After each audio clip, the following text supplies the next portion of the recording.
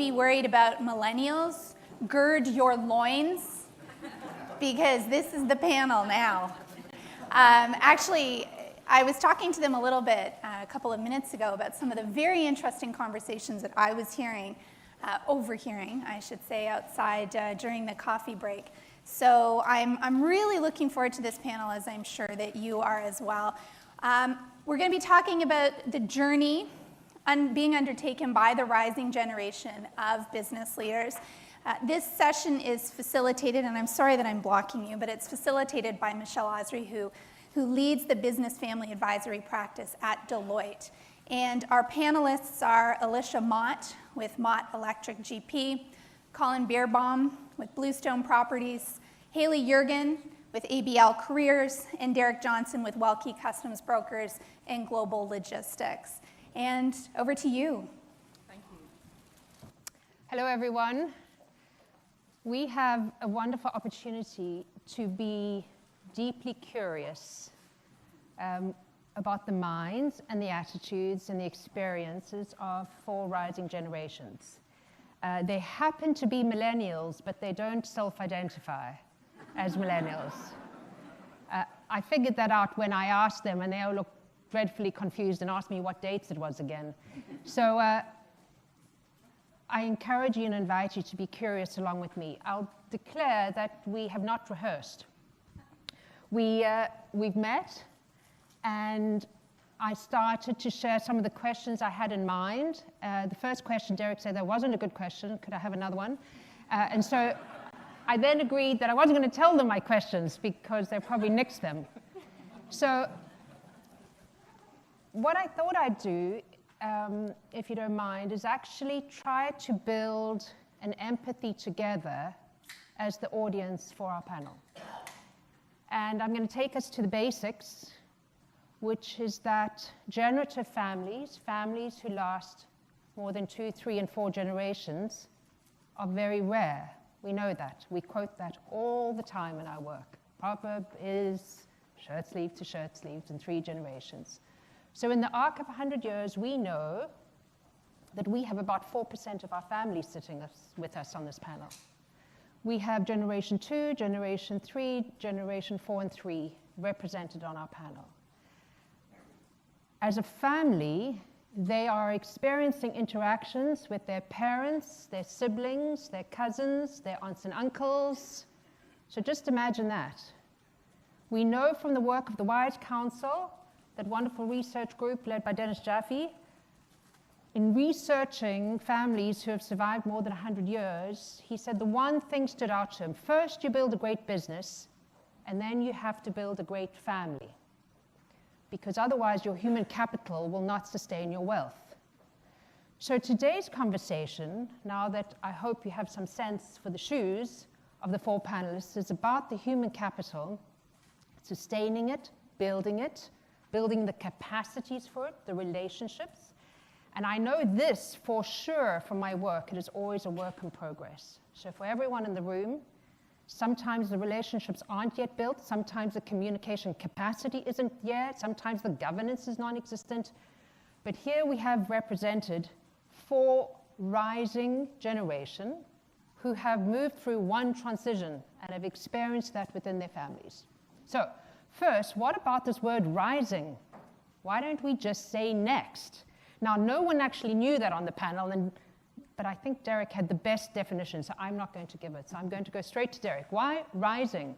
I mean, I think we talked about before. I think the biggest thing is next also kind of seems entitled to be, active in the business. You have to be there, should be there kind of thing. Whereas a rising is you really grow into your role to ensure that you really are a good fit for the company and ensuring that trial period before you are with the values and that kind of stuff. Wow. Which I think is really beautiful, because I actually had it the other way around. I had it that next was actually unempowering, and it was putting the spotlight on the founder. But isn't that cool? Derek turned it around and said, no, I don't want to have that entitlement. I actually want to rise and actually take my position, but rightfully so. So extraordinary definition of rising. I'll ask each of them to introduce themselves, give us a little sense of their business, their family, their roles, and how many family members are involved? Sure. So my name is Haley Yergin. My family business is ABL generally. There's two divisions, ABL Employment and ABL Careers. In the business, there are currently 4 owners. 2 are first generation, so it would be my aunt and my mother, and then it's myself and my cousin. 3 of us are actively working in the business, and my cousin is not currently. Good afternoon, everybody. My name is Colin Bierbaum. My business is Bluestone Properties. We're based out of London, Ontario. We're a real estate development and property management company. So we build, own, and manage residential apartment buildings, office buildings, industrial parks, that sort of thing. 3rd generation. My parents are both in the business, as well as my sister and I. We recently went through a significant step in our succession plan, whereas my father stepped away from the president role and I stepped into that. So he still remains as a CEO. However, I've stepped up to the president. My sister is a VP. We have some other VPs that are non-family as well. Great. Good afternoon, everybody. Bonjour. My family's business is Mod Electric. I am the 4th generation of an 88-year-old company founded in 1930. Actively, my father acts as the president, and I run the largest and fiber optics division for the company. I also have a brother who grew up in the trade, is an electrician, and currently acts as a project manager. Good afternoon, everyone. My name is Derek Johnson. I'm a business development manager for Welke Custom Brokers and Global Logistics. It's owned by my stepfather as well as my uncle, and me and my cousin are the next 2 generations coming into that. So it really is the 3rd generation we are, and we founded in 1985. Wonderful, thank you. So we're going to start perhaps where Professor John Davis ended, telling us a little bit about his Brazil trip, which I love the question he asked his group, and I'd like to ask our panel. And that was a question, what do you bring to the table? And what does the senior generation bring to the table in their views? So anyone want to go first? I can start. I feel, first of all, I learned today that I'm actually a millennial. I didn't know that, so interesting. I know that there's millennials that work in our company, and they do the millennial type things, but apparently I should fit into that gap too. But back to the question, I feel that this new generation, there's a lot more focus on the people, the importance of the people in the business, where historically with my father and my grandfather, the people weren't the most important thing, and I see how important they are, and I'm really focusing on improving the health of our company by empowering the people, where he didn't really necessarily see that, and I don't know if he still agrees with my approach, but he's allowing me to improve and work on that as well. What I see or what I value from what the older generation provides, of course, is the wisdom and the experience and the knowledge in the industry and as a business leader.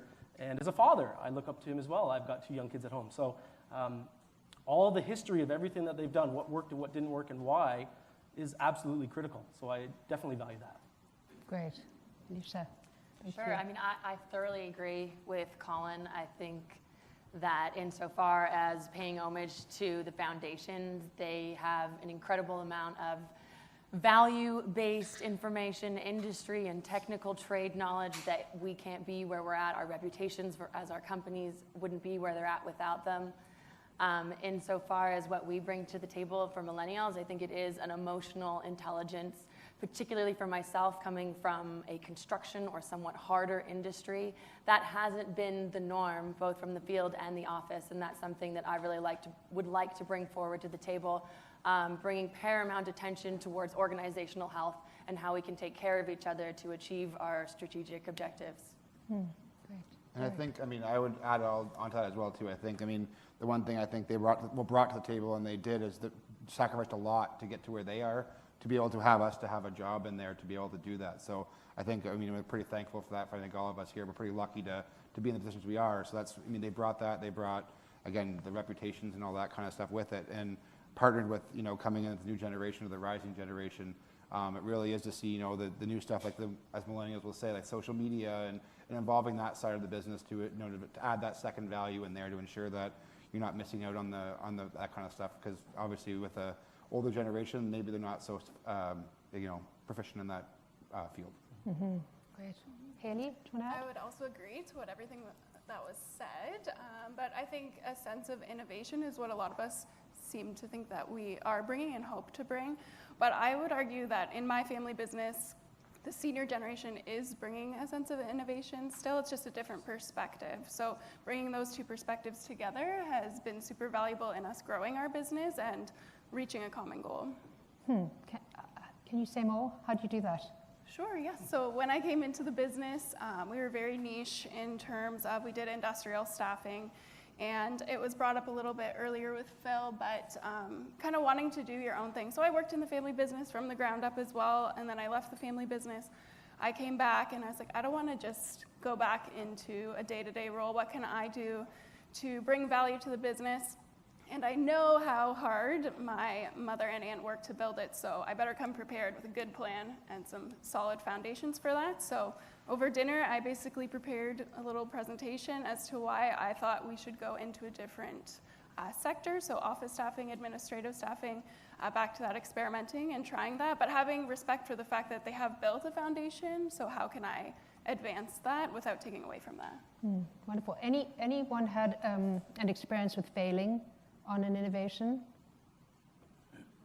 Wow, what a team. Lots. Which experience I'm willing to share.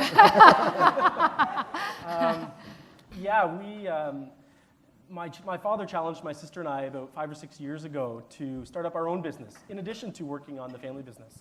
And that was starting up a self-storage business. Real estate related, but a little bit different. So my sister and I put in years of research, traveled around North America, visiting facilities, venues, taking courses to start up this new business. Learning what went wrong from others and what seems to work with others as well. And it turned out to be a pretty successful self-storage facility here back in London, Ontario, that's actually award-winning and internationally recognized, but a ton of little failures along the way. Even we're dealing with a little one right now related to the need to, I guess, get a license to host a charity event at your facility. Apparently you need to do that. We've been planning this event for 3 months. 2 days before the event, the Ministry of Gaming and Alcohol knocks on our door and says, well, where's your license? So we're scrambling to get a license in time. So that's just one example of a whole string of failures I could talk about all day long. Anyone else? I don't have one that I can draw on in particular, but I definitely welcome what was discussed before insofar as you don't have to fail big, but fail often and fail fast and run into that fire. As a family business, you're not going to outlive the legacy, ideally. And so you want to hit those things head on, run straight into them, otherwise they're going to catch up with you over time. And so I admire your recognition of that, and I'm sure we all have them in our own respective industries, but they're important to recognize. And another ethos that I always bring to the table is if you're the first person to fail, you're lucky. If you're the second person and you should have learned from those mistakes, it's a different conversation. Yeah. Well, I'd love to do a blame panel, but I'm not going to do it. So earlier on, the panel and I were having this discussion where I said something that someone says today will spark thought for a member of the audience, or will spark a discussion, or will catalyze a discussion for you. And that is really our hope. So with that in mind, I'd love to hear from you on the blessings and or burdens of being a family member in a family business, being in the business. So the blessings and or burdens, or the challenges and opportunities. You take it as you wish, just to give the coins, the two sides of the coin. I can start off the top of my head. Blessings would be the opportunities that are available to my sister and I. In the workplace, in the community, in our family. I often sit back or step back in a certain situation or a certain meeting or a certain decision being made and think about the fact that I'm here in this room full of these people. What an opportunity that I'm able to be here contributing. So many opportunities that come to mind. On the flip side, the burden, I've been reflecting recently in my new role as a new father as well, how challenging it is to sort of balance both. And something's got to give, and I'm focusing on my family first. Business is a very close second. Third would be myself, probably sacrificing myself a little bit. Friends would be the fourth. that almost dropped off the list recently. And it's kind of sad. I don't spend too much time with my friends, but I'm focusing on the family and the business first, getting passionate about it. May I push a little? Sure. So that answer could be given by someone who's not in family business. You're right. Could I push you on the burden of the family business? Well, of course, in any workplace, there's pressure. You're probably thinking about work at home, but there might not be this responsibility or this, I'm third generation. Third generation typically is the one that fails and loses all the wealth. So The villain. that's a little bit of pressure when I'm trying to go to sleep at night, right? So that is, I think, unique to family businesses, of course. Okay. And then follow-up question, which I'd like to follow up with everyone is there something that helps you to mitigate that burden? It could be as simple as a meeting or disclosure or any aspect of governance or capacity, you name it. It can be simple or complex. What helps you mitigate the burden? I've got to say, and it's not a plug, my personal advisory group, absolutely. Without Sounds CAFE, like a plug. FEX, PAG, some of them are here today. I've been in the group for 8 years, and there's one right there. I wouldn't be able to do it without their support, as well as my family and my sister. My sister is my business partner. I wouldn't be able to do it without her. Fantastic. Thank you. Alicia. Sure. Insofar as burdens, again, I agree with Colin. It has to be the weight. My father has a line that he didn't wish this upon anyone, and it wasn't because of the blessings. It was because of the weight of 400 paychecks in their families. It was because of the weight of 365 days of the year. And extrapolated to myself, it's because of the weight of 9 decades and the shame of the unspeakable that could occur. Insofar as mitigating that, I think it's comforting to feel, in some ways, 9 decades, am I genetically predisposed to succeed at this point? That could be a hope. Here's hoping. Hope isn't a strategy, but I think aligning myself with the values of my ancestors is comforting. Knowing that we came from a good place and we're going to leave in a good place is very reassuring. Honoring and respecting those things allows you to still wake up in the morning, go to work, be the best boss that you can be, and go to sleep the same way. So there's some peace of mind in the values that have been brought forward by the generations before myself. Wow. Gosh, game over. Beautiful. Did you mention the blessings? This was part of the mitigation, wasn't it? But the blessing of having the opportunity. Sure. I think the blessing comes hand in hand in that we have an opportunity to be part of something that is greater than one person's lifespan can possibly impact. We get to extend the legacy of generations and decades before us, and the opportunity of owning a business, any business, let alone a family business, one that I hold close to my heart is the opportunity to impact a community that is greater than one person could have on your own, whether that's through the number of families that you pay and inevitably feed, or if that's through the philanthropic efforts of your organization. Both of those things allow you to feel like you're part of something that's bigger than yourself, and I'm grateful and blessed for that. Beautiful, thank you. Derek. Yeah, I think I guess I was talking to someone last night actually at the dinner we had, and really someone said, with family business comes high risk and high reward kind of thing. So you really do have to go all in. I mean, I've heard many stories from people throughout my meetings with, at these kind of events, and people are, could break up a family, never mind just a business. So I mean, you really do have to be all in. You really can't, just put your toe in and not be, emotionally attached to the business. You really have to be that dedication to that. And then again, on my perspective, I have outside family members that aren't part of the business. So they're really dependent upon, us being successful to ensure that family wealth is sustained kind of thing. So I think that's kind of where, that's kind of why I think the business family business is awesome, is because you do have that high risk, high reward kind of thing. So, and then I think as part of the mitigation, I think, not to plug, but the PAG has been it's great support, and the FEX has been great support, but it also makes you relevate how big your issues are.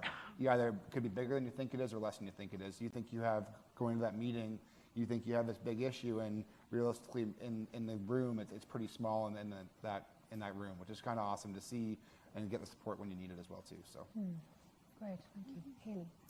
I would say for myself, the biggest blessing that I've noticed recently in my family business is just the amount of knowledge and learning opportunities there are in so many different aspects of the business. I was on a sales call recently, and they're just throwing all these different questions at me, and I was just like, whoa, like, I know a lot. Like, how did I get to know all these things? And really getting to see, being second generation, I saw the business start in our house. I saw every aspect of it.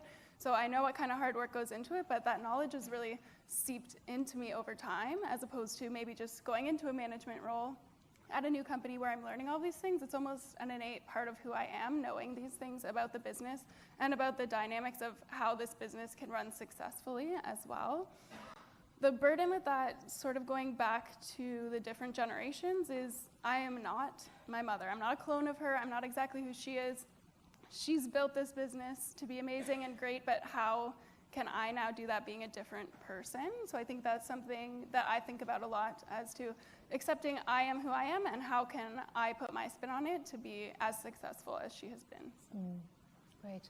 A question actually, as you were speaking, came to me, and I wasn't in the me to we to me session, and many of you were our panelists?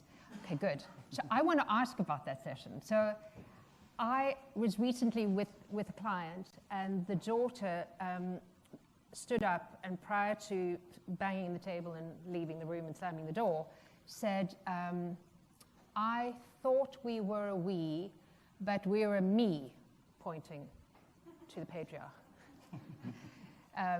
Which really turned everything, right? So it wasn't me to we, it was we were we to me, and the realization had occurred to her, this we story, it's really all about you. I'd love your thoughts, you can go anywhere you want with this question, but I'd love your thoughts on balancing me, such a necessity, our own calling and path and journey, with the we, with the other me's that are hanging around too. So how do you balance me and we? Any thoughts for that? Colin? I could do better at it, that's for sure. Regarding the we, I've got to say I feel very fortunate that my family has, or my father, really spent a lot of time involving my sister, my mother, and I in symposiums like this, and courses, and working with consultants. For 10, 15 years, his siblings didn't believe in it. His father didn't support him either. He was the only one in his family that came out and brought his family to these types of events. So the knowledge that we've learned and the discussions that we've had over the years has brought us to a point where I'm now reflecting how fortunate we are to have learned so much about the we and the ins and outs and what works and what doesn't, where I know a lot of other families and my cousins specifically didn't have that opportunity, and they're sort of struggling a little bit right now with the succession and the next step in their family. So for the we, I've got to sort of give props to my parents for encouraging us to be a part of these types of organizations to help build a healthier we. The me, I think you kind of picked up on that earlier. It's a hot topic for me. I don't focus on me as often as I probably should. It's all about the business and my family, and then I'm sort of a third if there's time. What are you going to do about that? I'm going to think about it. Yes. We'll see. So that's just a little asterisk for all of us, is that self-care and personal well-being. You know, I never could understand in airplanes why they said, mums put it on first. I'd be like, you're kidding. I'm definitely putting it on my children first. But I do understand the necessity of me in order to be a we. So that's wonderful. Other ideas? Me to we, balancing. I think we're lucky. I'm only 18 months into the company, and having this experience to get this kind of stuff is really going to let us open our eyes to what we're missing. Maybe on educational aspects or anything learning from people around you kind of thing. So it really will let you not get focused on too much of we or me, and really have that balance, and learning about that before you get in the business or in your entry level of business really will help you succeed in the future, where maybe that's why businesses have failed, the 4% like you spoke about before, is maybe because the education wasn't there or available or as prevalent as it is now. So hopefully you can take that education we learn and really focus on, being the best we can. Great. Alicia? Sure, I'll make a brief comment and take it in a different direction. And for me, it can be looked at from the perspective of how did we, me, or I get here? And so I often look at the different paths between my brother and I, myself. I went away to university. I lived abroad for 6 years.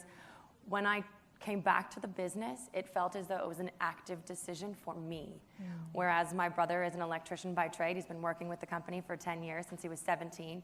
His perspective currently, I feel, is a more forged, mandated path. And I think he's in a space where he waffles a little more because it wasn't a we. A we assumes a collective agreement. And if me didn't choose to be we, then I think that's where you need to start the conversation is how did we get to we and me? Wow, beautiful, well said.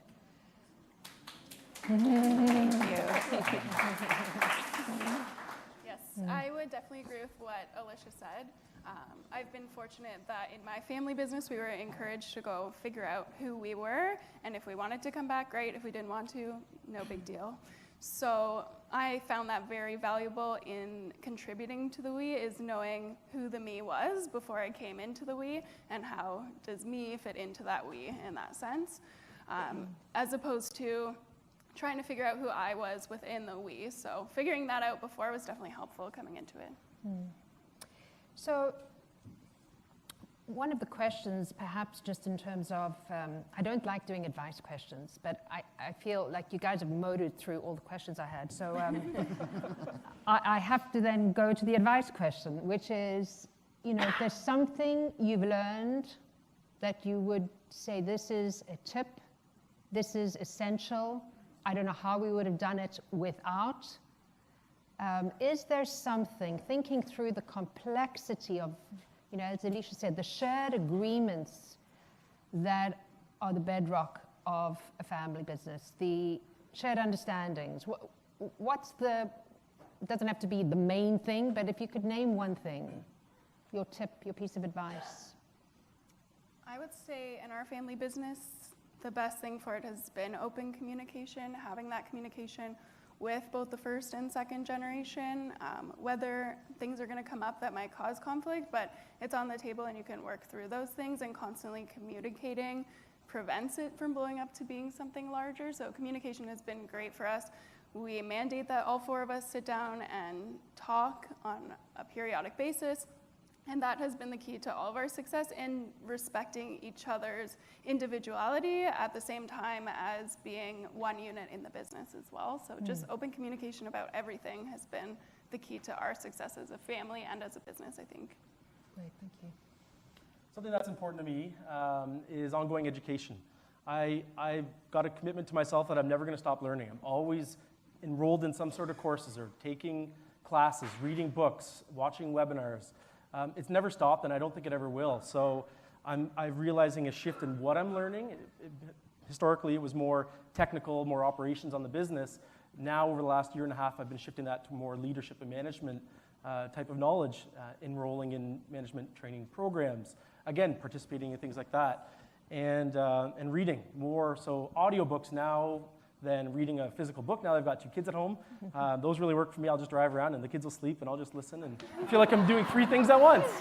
So audiobooks, I try and listen to at least 1 a month, but ongoing education, always keep learning something new and never give up because there's so much out there to learn.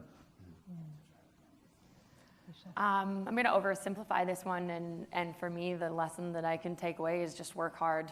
If you keep your head down and work hard, your actions will speak louder than your name or words if your name is on the wall. There's no handout worth taking, and insofar as the millennial paradigm that we keep referring to, if you work hard, your efforts will be recognized, and you don't have to look entitled and you don't have to look up. They will look down and recognize that your commitment is there. So for me, that's really just my takeaway is work hard. I guess my would think is always be grateful for what you have, and I think the culture we have built at our company has really resonated across all this stuff through growing up from when I was 12 years old at the dinner table, listening to some kind of business conversation and not really know what I'm listening to, but always that they're the people are what they really respect, and I think that's really we talked about human capital before. I think that's really something that is millennials are really going to be good at, I think, in the future, and empowering their employees. And I think as far as I remember is reading is like compensation falls down the list further and further every year, and really making your people feel important is really what's going to help your business be successful in the future.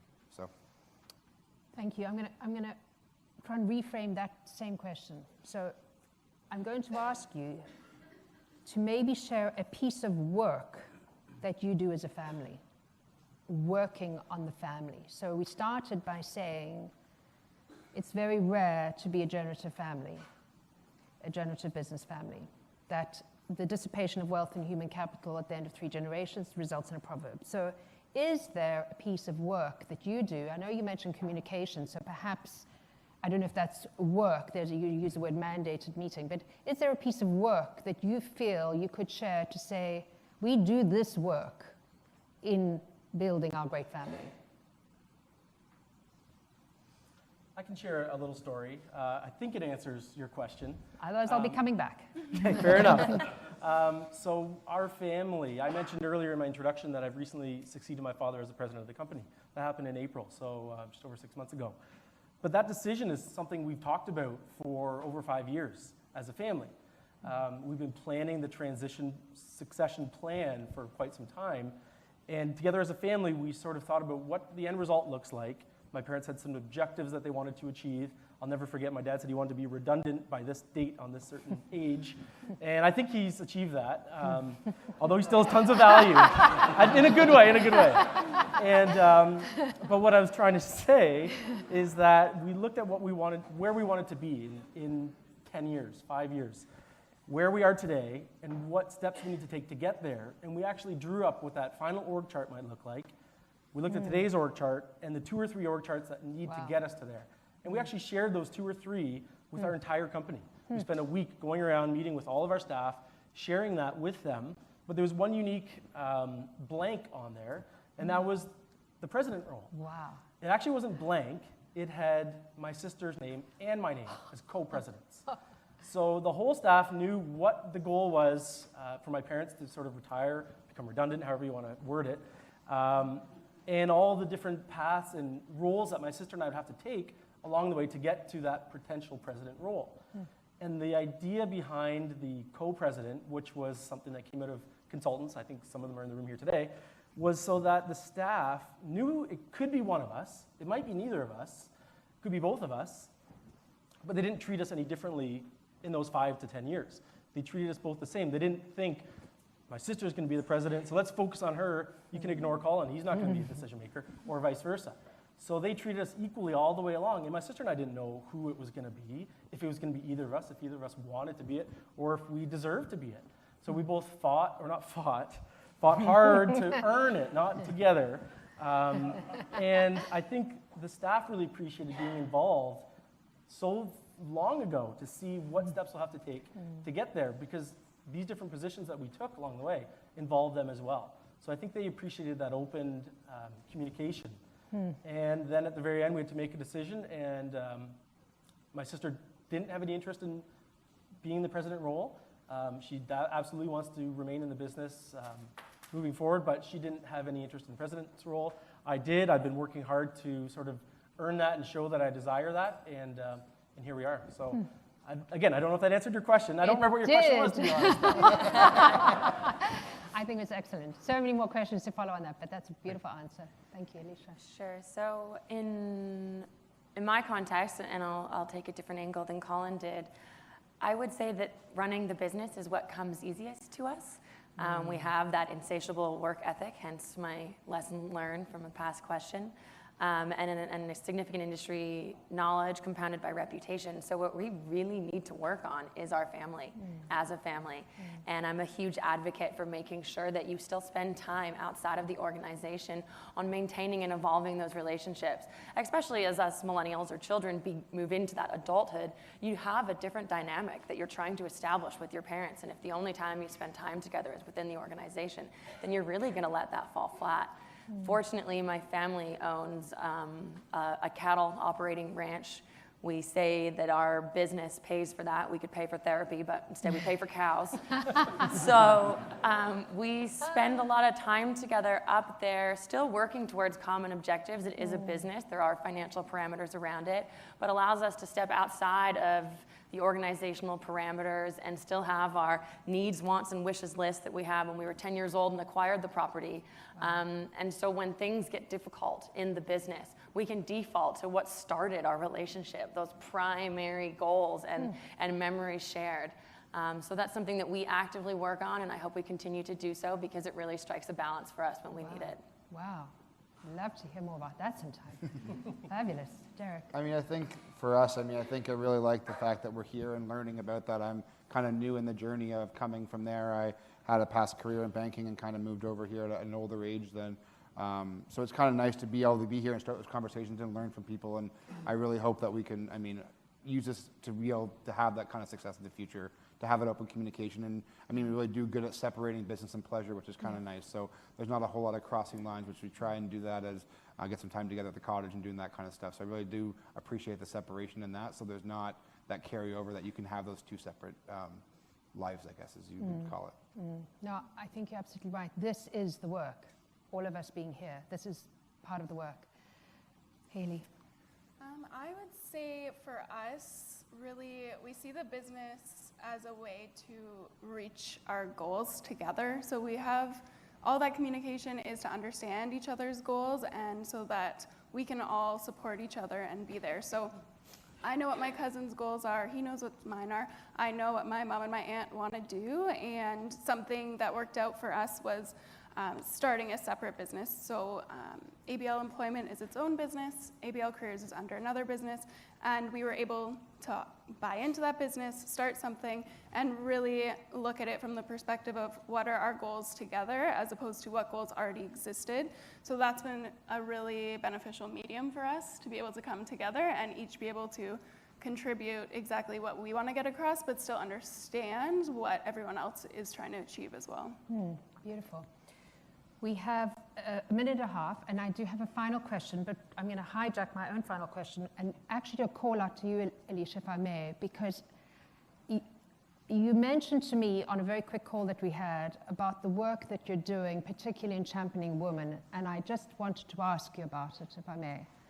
So you're in a field that is Sure. quite gender specific. I work in an electrical contracting industry, so construction would be the larger frame of that. From our field perspective, the industry representation of women is 3%. At the management level, I would argue that it would likely be less. I get a lot of questions about what that must feel like. It feels fantastic, to be honest. For better or for worse, I love to occupy the space that I'm currently in. I have created a division which really favors brains over brawn insofar as the field. So we have a 15% female representation, which we're very proud of. But more or less, it's just about championing equality across the board. And I feel like construction is one of the latecomers to that. So I want to be the tail end of making sure that all industries are moving towards the collective goal of equality and just general open-mindedness within the industry. Beautiful. Thank you. So, Thank you. I'm going to take the shot at the final question. And that is a question that centers in gratitude. We know that there are pitfalls and hard times and obstacles and a lot of drama that goes with being family and business or business with family. But I think the practice of gratitude anchors us, supports us. So the question to the panel is, could you finish the sentence? I'm deeply grateful for. To summarize in one word, I guess I would say support, and that goes into all other aspects, whether it's family or business, but just all of the support that you do get in a family business, for sure. Wonderful. Thank you. Again, the opportunities that they've provided to my sister and I, and to be here. And unfortunately, none of my family is here with me today because my sister's due any day now, so they decided to stay home to support her. So I appreciate that. I feel my phone blowing up right now, so for all I know, she delivered right now. We'll find out. Have a look. Oh yeah, I'll check later. It's probably a work email. Alicia. I'm grateful for the opportunity to be able to steward my family name and business and legacy generally. However, specifically in this moment, my beautiful mother and chief emotional officer of Mod Electric is present with me today. I'd just like to pay my gratitude for her endless cheerleading. Thanks, Mom. Derek. I mean, opportunities is the word I was thinking, but I mean, dedication or anything we talked about before, that having that opportunity to be able to go in and work with the family business and be that proud, you know, in the future to be the owner or the president or any kind of management role, to really show that the employment, or again, changing a community or that kind of stuff, it really is, there's no end to saying thanks for what they've done to be able to get us here, and again, to everything we've gotten to where, I mean, before even in the company and now, again, in the company and that kind of stuff. So, I mean, there's no, I mean, to my uncle, my stepdad, and my cousin, again, we've been through ups and downs, but we really have been successful, and hopefully we can continue that in the future. So, kudos to you.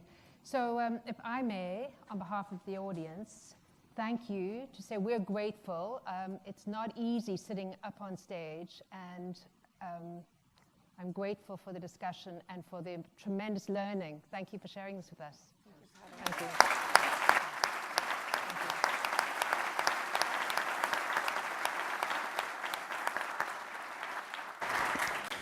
And if I may echo the thanks, that was an exceptional panel, a very dynamic conversation. Thank you for your terrific moderating, really appreciate it. But thank you also to all of you for sharing so very clearly that we are all in good hands moving forward. Truly do appreciate your presence here today.